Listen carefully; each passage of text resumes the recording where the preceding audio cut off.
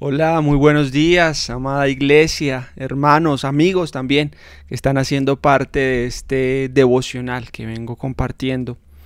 Era mi motivación en este 2021 tener un tiempo o extender más bien un tiempo que vengo realizando personalmente y escogí los atributos y nombres de Dios para estar meditando estos días. El día de hoy vamos a continuar con este reto, ejercitando los músculos de la fe, capacitándonos en la palabra del Señor, avanzando en el conocimiento de Dios, en los atributos, en las cualidades que Él tiene. Aquí en pantalla tengo el nombre del reto: más fuerte que Sansón. Decidí escogerlo porque Sansón, paradójicamente, al ser un hombre fuerte físicamente, fue muy débil espiritualmente. Y nosotros queremos no solo ejercitarnos físicamente, también queremos ejercitarnos para la piedad. Si usted ha hecho deporte, sabe de qué estoy hablando, que al comienzo las rutinas se vuelven súper dolorosas, que son momentos donde usted hace un ejercicio y no quiere continuar. Pero luego con el tiempo, cuando se ha ejercitado en esas rutinas, simplemente los músculos empiezan a tener una memoria y usted se fortalece. Y es posible que hasta se empiece a notar más delgado, empiece a notar cómo se marcan los músculos. Y Pablo le dice a Timoteo algo similar, le dice que se ejercite para la piedad, que el ejercicio físico solo tiene provecho para esta vida, pero que el ejercicio espiritual es un ejercicio eterno que tiene fruto en esta vida y en la próxima. Ejercitarse para la piedad tiene que ver no solo con hacer ejercicio. Realmente piedad en la Biblia significa imitar a Jesucristo, querer ser como Jesús, avanzar. Y Jesucristo oraba todos los días, Jesucristo conocía las Escrituras, y es por eso que nosotros en este proceso estamos meditando en las Escrituras. La fe viene por el oír por la palabra de Dios. Nosotros estamos meditando en los nombres de Dios, conociéndolo a Él, tratando de llevar y aplicar eso que vamos aprendiendo en nuestro día a día. Y si usted se fija, también lo que hemos hecho es orar la palabra de Dios, que es una muy buena forma de no aburrirse orando. Hay personas que dicen: es que yo me aburro orando, pero la realidad es que cuando uno medita en la palabra del Señor, cuando uno ora esa misma palabra, no se aburre, porque la palabra de Dios pues es poderosa. Ahí en pantalla está el reto. Déjeme paso aquí la presentación. Y el día de hoy vamos a estar estudiando Hechos capítulo 17. El nombre que vamos a... o el nombre o el atributo del Señor por el que estamos meditando en este día es que Dios es suficiente. Y déjeme leo el verso 22 hasta el 28.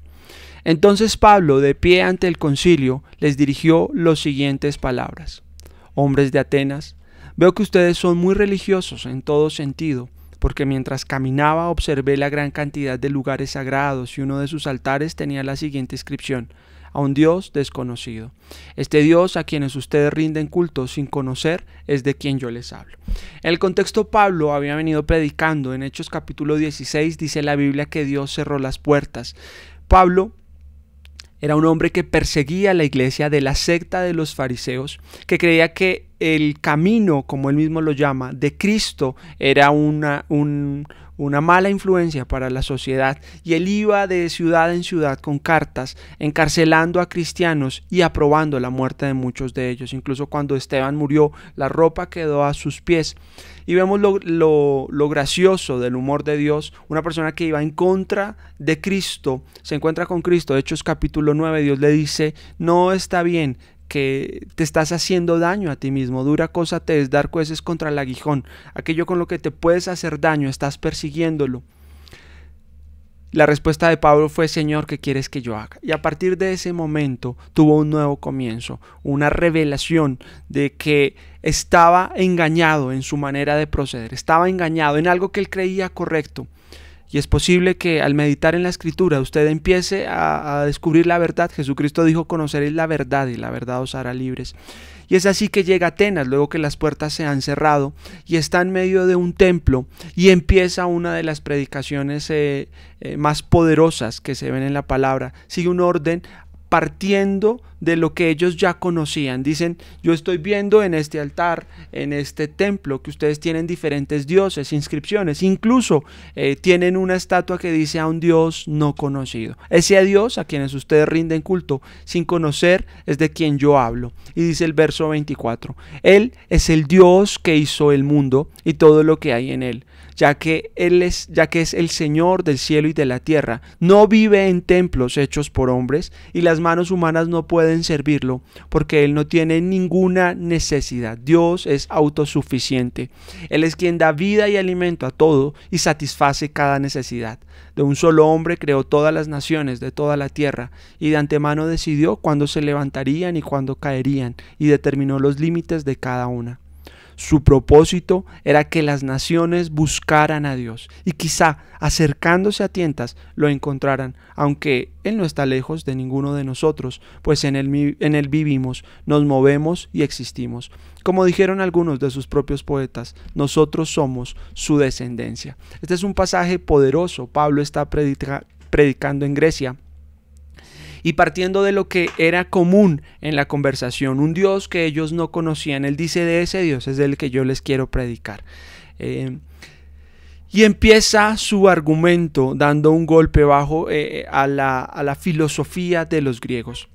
En ese momento habían dos corrientes filosóficas muy fuertes en Atenas, los estoicos, quienes creían que la disciplina era buena, y los epicureos, que hablaban de vivir para el placer. Dos corrientes filosóficas muy diferentes, y Pablo da un golpe al hígado diciendo, Dios no habita en templos hechos por hombre.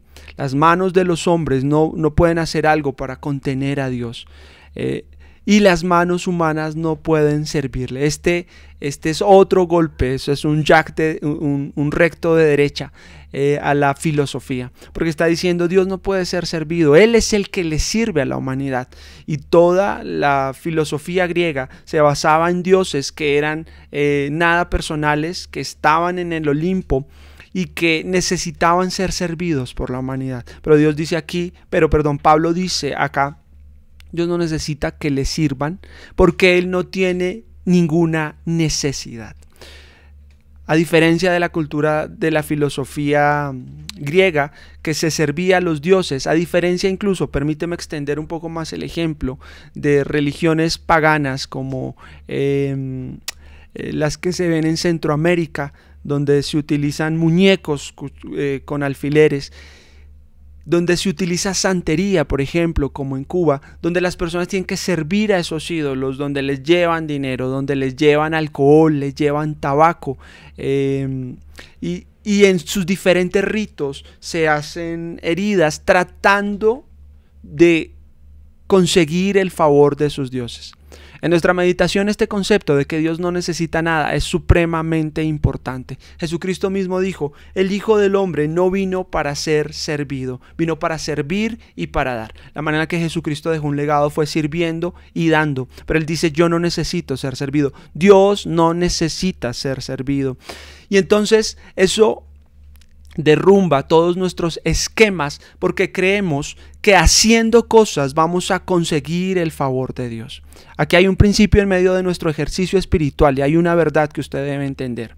Todas las religiones buscan que sus seguidores hagan obras para ganar el favor de su Dios. Si yo me sacrifico, si yo dejo de hacer entonces ese Dios me va a poner cuidado.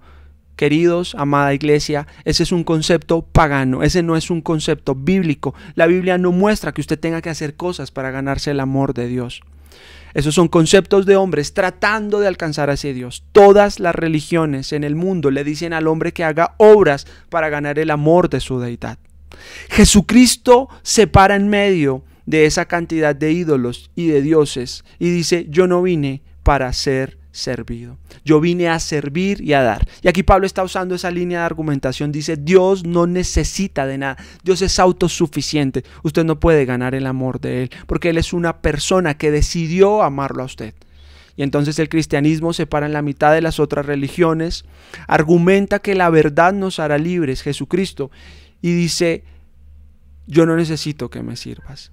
Yo he venido para servir y para darte, porque el amor se expresa dando. Yo lo decía en una sesión pasada, usted puede dar sin amar, pero no puede amar sin estar dando. Y eso ha hecho Dios. Mas Dios muestra su amor para con nosotros, en que siendo aún pecadores, Cristo murió por nosotros. Y en este ejercicio espiritual, nuestra fortaleza vendrá de aceptar el amor de Dios, de aceptar las promesas de Dios, de aceptar lo que Dios ha hecho por nosotros. Si usted quiere avanzar en su vida, en su caminar con Cristo, si usted quiere avanzar en esa relación con Dios, debe partir por uno de los principios más importantes. Construya su fe a partir de las promesas de Dios. Ponga su esperanza en lo que Dios ha hecho y dice en su palabra. La fe viene por el oír y el oír por la palabra de Dios. La Biblia dice que hay tres cualidades que son importantes, que son la fe, el amor y la esperanza. Se habla bastante de la fe, se habla bastante también del amor, lo hemos hecho, no tanto de la esperanza, pero la esperanza es tan importante, dice Hebreos capítulo 6, que es el ancla del alma. Cuando usted tiene esperanza, su alma está anclada y ahí viene la fortaleza, vienen las tormentas y como usted tiene un ancla de la esperanza, usted no se mueve a pesar de las tormentas. Como usted tiene esperanza en las palabras de Cristo, usted está firme en la roca. Amados, es un concepto importante y es mi trabajo decirles, Dios no necesita que usted y yo le sirvamos, Dios no necesita que yo haga este devocional, Dios no necesita que usted le traiga dinero, Dios no necesita, porque Él es espíritu, Él no necesita nada físico. Él le dice a Israel en un momento cuando las personas estaban descarriadas en Israel, pasó gran parte del Antiguo Testamento, y dice Dios, si yo tuviera hambre no te lo diría, Israel, porque míos son los corderos, míos son los montes, míos es el ganado. Qué interesante concepto. Dios es el dueño de todo y se lo ha dado a usted a administrar. Cuando usted ofrenda para Dios, no es que usted le esté dando a Dios, usted está regresando lo que Él ya le dio.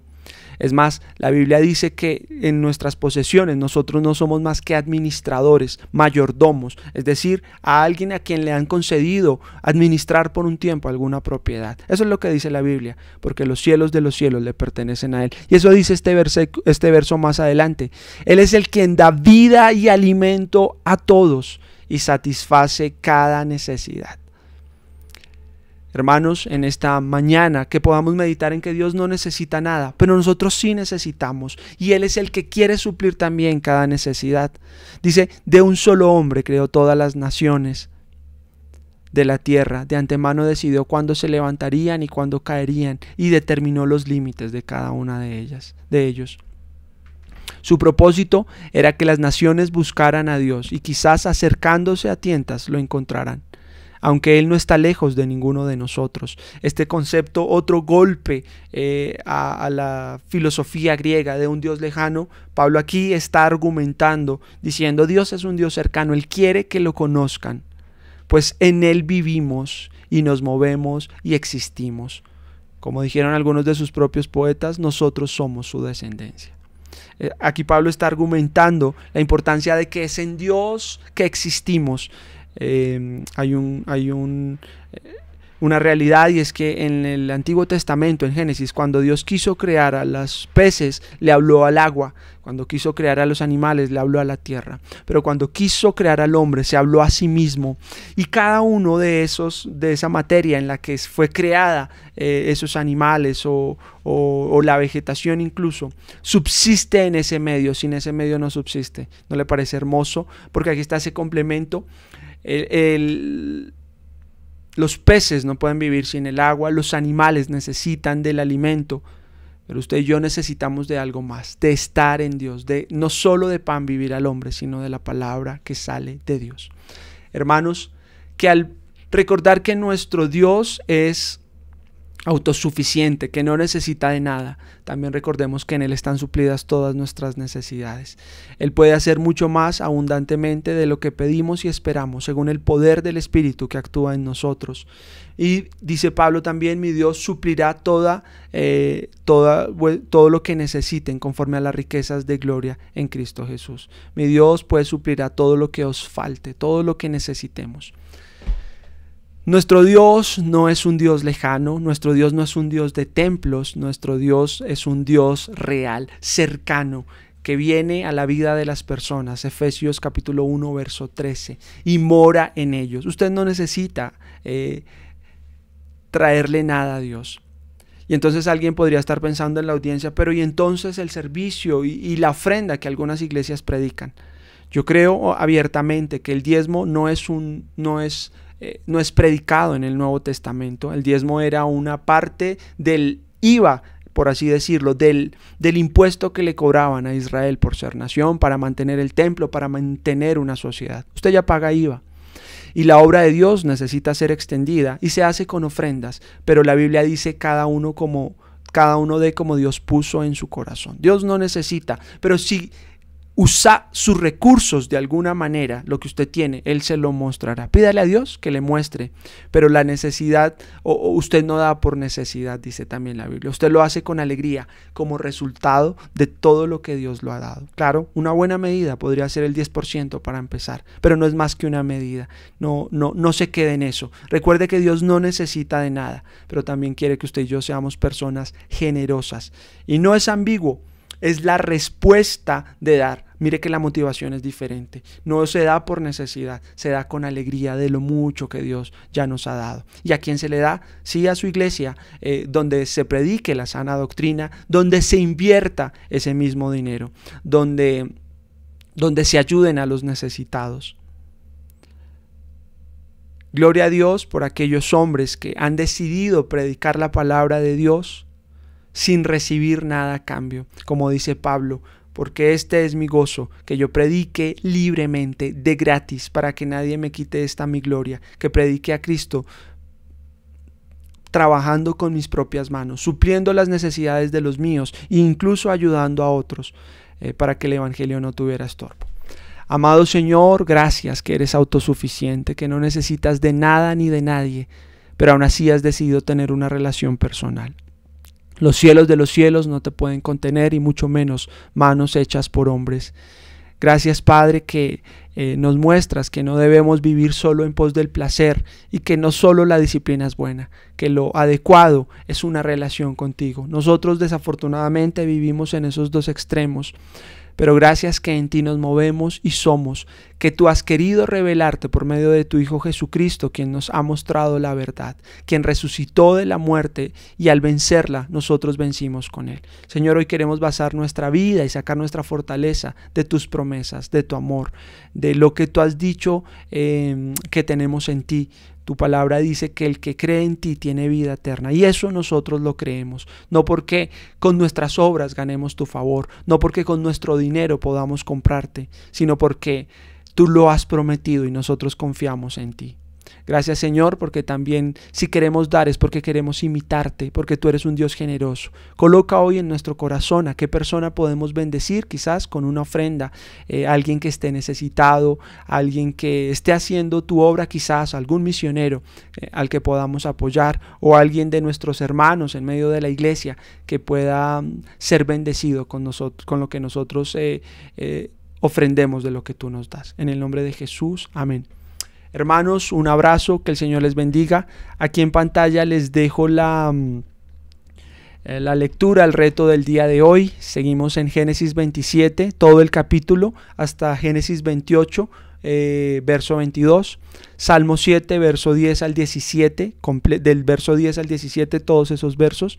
Proverbios 3, 11 y 12 y Mateo 10, del verso 1 al verso 15. Que el Señor les bendiga. Siguen en mis oraciones, familia.